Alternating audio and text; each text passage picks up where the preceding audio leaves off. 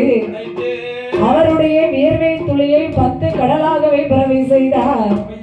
அவர் எப்படி பிறவி செய்து பெயர் நாமம் கொடுத்தார்? ஓகு சம்பா தீவு கப்பாய், ஓகு சம்பா தீவு கப்பாய், ஒன்றாம் கடல் ஓர் கடலாம், தங்கரை சொந்தீவு கப்பாய், இரண்டாம் கடல் கருங்கடலாம், புதிய ஒன்றும் தீவு கப்பாய், மூன்றாம் கடல் ஓர் கடலாம், நாலாம் கடல் நல்ல தண்ணீர் அத்தனையும் சூழ்ந்திருக்க,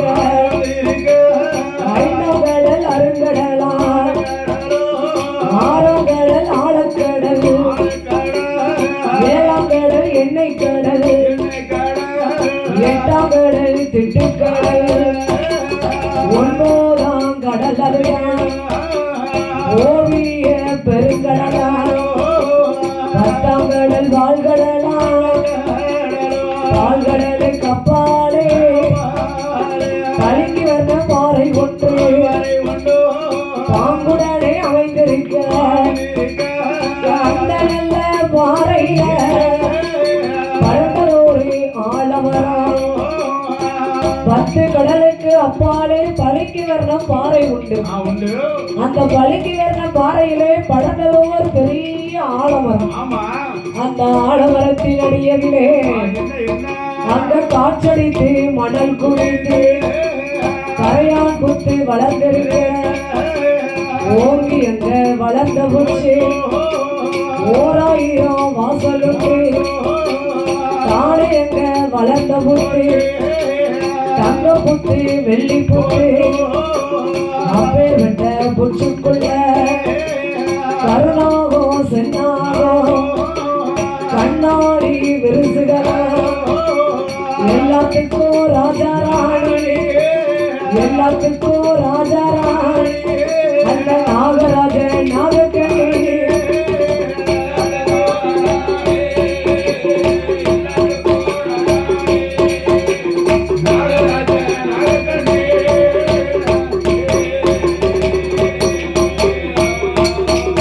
அந்த நாகலோக பட்டணத்து காற்றடித்து மணல் குவித்து கரையான் புச்சு வளர்ந்திருக்கு.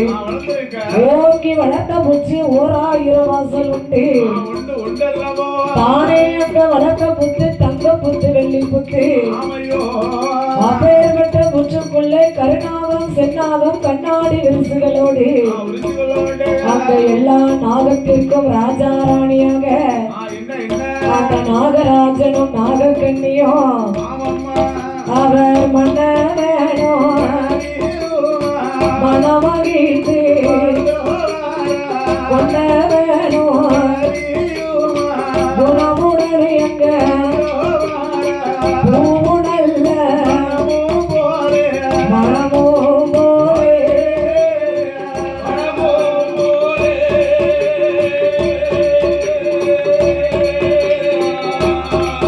அங்கு பொருத்தமோடு வாழ்ந்து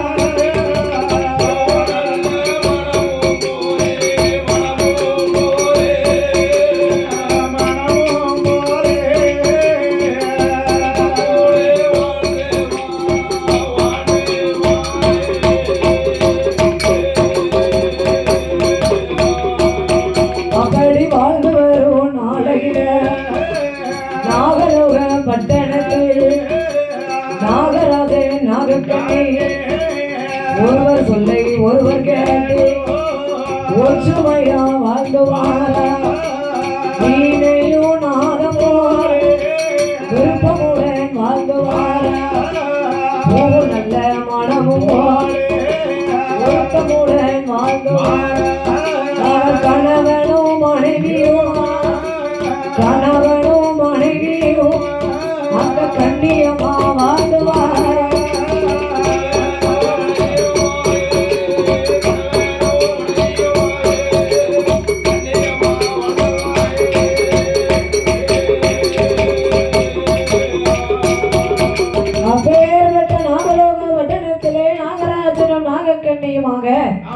ஒருவர் சொல்லை ஒருவர் கேட்டு ஒற்றுமையாகவே வாழ்ந்து வருகின்றார்.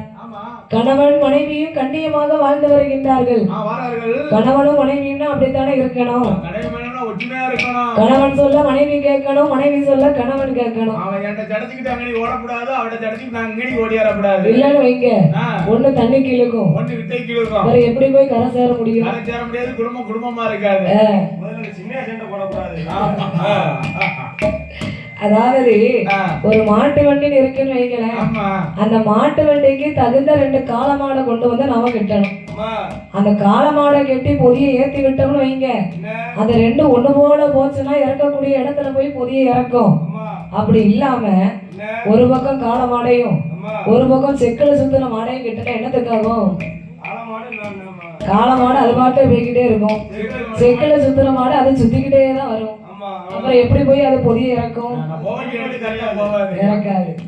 அதனால நாகராஜ நாகக்கண்ணி ஒருவர் சொல்லை ஒருவர் கேட்டு ஒற்றுமையாக வாழ்ந்து வருகின்றார். அப்படி வாழ்ந்து வரும்போது அவங்க உடம்பெல்லாம் எப்படி இருக்கு? உடம்பெல்லாம் பாம்பு ரூபம், தலை மட்டும் மனித ரூபம். அப்ப எப்படி போவாங்க? வயத்தால போறாங்களா?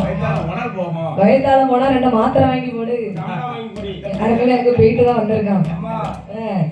அதாவது உடம்பெல்லாம் பாம்பின் சொரூபம், தலை மட்டும் நாமளை போன்ற மனித சொரூபம் இருப்பதனால அவருடைய வயிறாலே தரையிலே ஊர்ந்து செல்வார்களாம். அப்பேற்பட்ட வல்லமை படைத்த நாகராஜன் நாகக்கண்ணி 10 கடலுக்குள் இருக்கக்கூடிய நவரத்தின முத்துக்களுக்கெல்லாம் அவங்கதான் காவலாளி. அப்பேற்பட்ட வல்லமை படைத்த நாகராஜனும் நாகக்கண்ணியும் மண்புற்றுக்குள் இருந்தால் அவர்களுக்கு மகிமை கிடையாது என்று ஆதிசக்தியாகப்பட்ட பார்வதா தேவி அவ கைலாசத்தில் இருந்து தெய்வலோக சித்தர்களை வரவழைத்து மாட மாளிகை கூட கோபுரங்களை எப்படி அமைத்தார்கள்? சுவாமி நாகலோக பட்டணத்தில்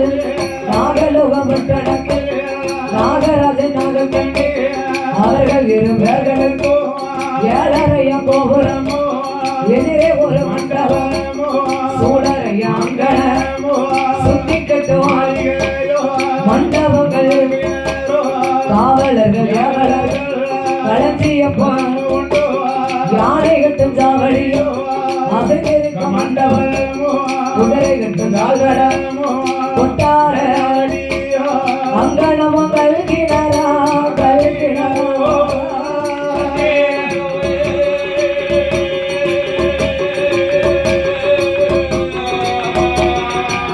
அங்கே அடுக்கடுக்க மாளிகையா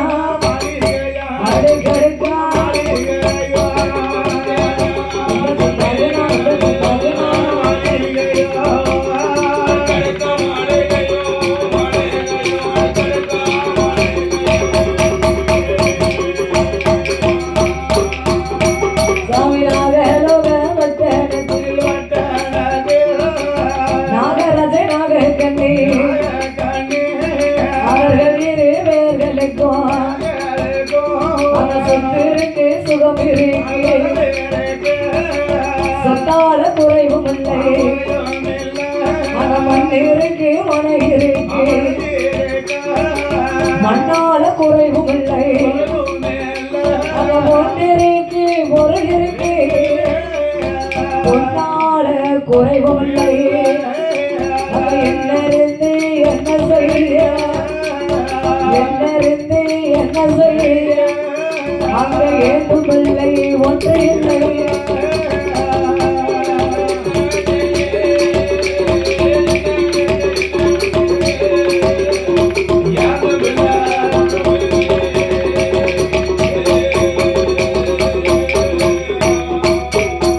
அங்க பிள்ளை ஒன்று எல்லாம் நாகக்கண்ணி பெண் கொடியா, அவன் பிள்ளை இல்லா கவலையவே பெரும் கவலை அதிகம் கொண்டு, மதலை இல்லா கவலையவே மனக்கவலை அதிகம் கொண்டு, குழந்தை இல்லா கவலையவே அவன் கொடு கவலை அதிகம் கொண்டா, தன் கணவனோட இடமறில கணவா ராஜமன்னா எனக்கு வாய்ந்த பிராணனாக நான் என்ன பாவம் செய்தேன் ஐயா, என்ன பாவம் செய்தேன் ஐயா,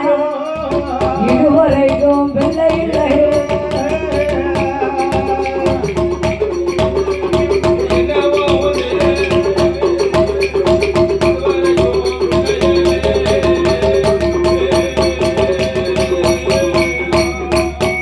அவளோ பிள்ளை ஒன்று இல்லாமல் நாககனி பெண் கொடியா தன் கணவனோட இடமறில என் மன்னாதி மன்னா மகுட முடி ராஜமன்னா இந்த நாகலோக வட்டணத்திலே நம்மளுக்கு சொத்தால் குறைவும் இல்லை சுகத்தால் தாழ்வும் இல்லை மண்ணால் குறையும் இல்லை மனையால் தாழ்வும் இல்லை எத்தனை பொண்ணு பொருள் இருந்து என்ன செய்ய நமக்கு ஏந்தும் பிள்ளை ஒண்ணு இருக்கா என்னதான் ஏக்கர் கணக்கில் நிலம் பொருளை வச்சிருந்தாலும் அந்த நிலம் பொருளை வந்து அம்மா அப்பான்னு கூப்பிடுமா ஹீரோ நிறைய கட்டுக்கட்டா பணம் வச்சிருந்தாலும் அந்த பண காசு வந்து நம்மள அம்மா அப்பான்னு கூப்பிடுமா ஒரு நாளும் கூப்பிடாது அப்ப செல்வங்கள் 16 இருந்தாலும் வாய் திறந்து நம்மளை அம்மா அப்பான்னு கூப்பிடக்கூடிய ஒரே ஒரு செல்வம் அதுதான் பிள்ளை செல்வம் என்பார்கள் செல்வத்துள் சிறந்த செல்வம் என்ன செல்வம்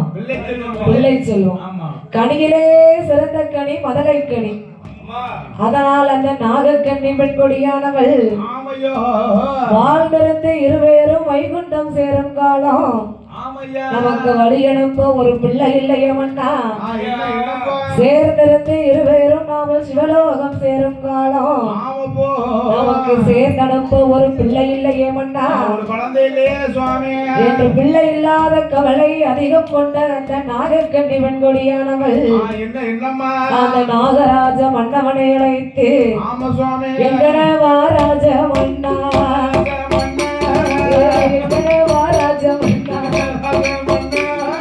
எனக்கு வைத்ததான நாதா இந்த நாகலோக வட்டணத்து நான் என்னவாவும் செய்தேன் ஐயா இதுவரைக்கும் பிள்ளை இல்லை கொட்டை நானும் குறைத்தேன் புறமறைக்க அளத்தேனா பட்டர நெல்லாதில பதர நானும் கலந்தேனா ஓட்ட நாளை மறக்க ஓட்டு ஓட்டலந்த